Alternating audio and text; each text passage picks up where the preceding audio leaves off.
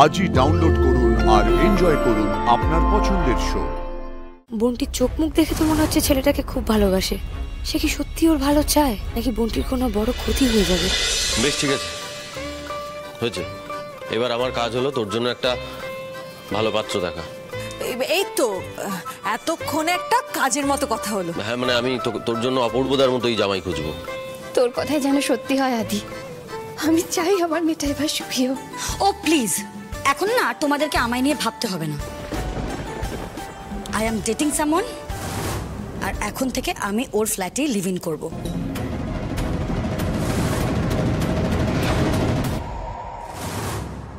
কি বললি তুই? আরেকবার বল। দাঁড়া দাঁড়া, এক মিনিট। তুমি প্লিজ উত্তেজিত হও না, আমাকে একটু বুঝতে দাও। অন্তিকা মা, তুই লিভ ইন কেন করবি বল? যদি পাত্র ভালো হয়, মানে ছেলেটা যদি ভালো হয়, আমরা সবাই দাঁড়িয়ে থেকে তোর বিয়ে দিয়ে দেবো। সেটা তো আমরা ডিসাইড করবো আমরা কি করব।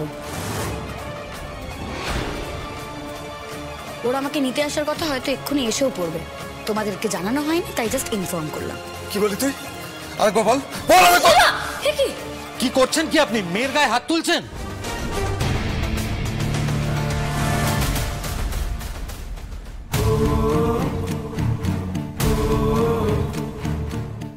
শুধু মেয়ের নয়, তুমি এখান থেকে না গেলে মেরে তোমার দাঁত ফেলে দেবো। লিভ ইন করবে আমার মেয়ের সাথে, লিভ ইন। বাবা, তুমি একটু শান্ত হও বাবা। জো, দেখেছো আমি তোমায় কেন এরকম বলি? চলো না আমরা চলে যাই। আজ তুমি একদম ঠিক সময় এসছো। এখন তো মাথা ঠান্ডা রাখার সময়। ও মা, তুমি বাবাকে বোঝাও না। শোন, এটা যদি তুই করিস তাহলে তোকে আমি ত্যায্য কন্যা করবো, ত্যায্য কন্যা করবো।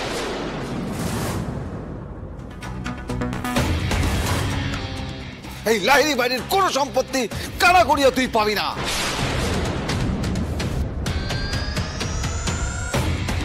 চাই না তোমাদের কোনো সম্পত্তি, আমার চাই না। এবারে কোনো সম্পত্তি আমার লাগবে না। পাগল নাকি? সম্পত্তি তো চাই, ওটার জন্যই তো তোমার মতো ডিভোর্সি মেয়েকে ফাঁসিয়েছি। আরে এই তুই কি করছিস বলতো? চাইছিসটা কি তুই? আর এই যে ভাই, তুমি কি করো বলো তো? আদি দাঁড়াও, আমি কথা বলছি।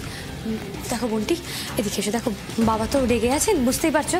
আর ভাইটি তোমাকে বলছি, দেখো এখনো না আমাদের সমাজে বা আমাদের মতো পরিবারে এই লিভ ইন ব্যাপারটাকে না কেউ খুব একটা ভালো চোখে দেখে না। কিন্তু তার মানে এইটা নয় যে আমরা অয়ন্তিকার সিদ্ধান্তকে ডিসরেসপেক্ট করছি বা ওর চয়েসকে আমরা অসম্মান করছি। বলছি, আপনি কি বলতে চাইছেন একটু খুলে বলুন না। জো, তুমি ওদের সাথে এত কথা বলছো কেন? যাও গাড়িতে গিয়ে বসো, আমি ব্যাগটা নিয়ে আসছি। অয়ন্তিকা, আমি তোমার বাড়িতে এসেছি।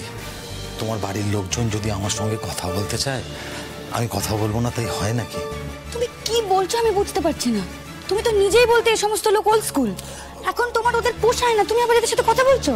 অয়ন্তিকা, অন্য লোকজন আর তোমার পরিবারের লোক দুটো কি এক হলো নাকি? এই যে ভাই, তুমি কথা বলতে চাইছো তো আমাদের সাথে?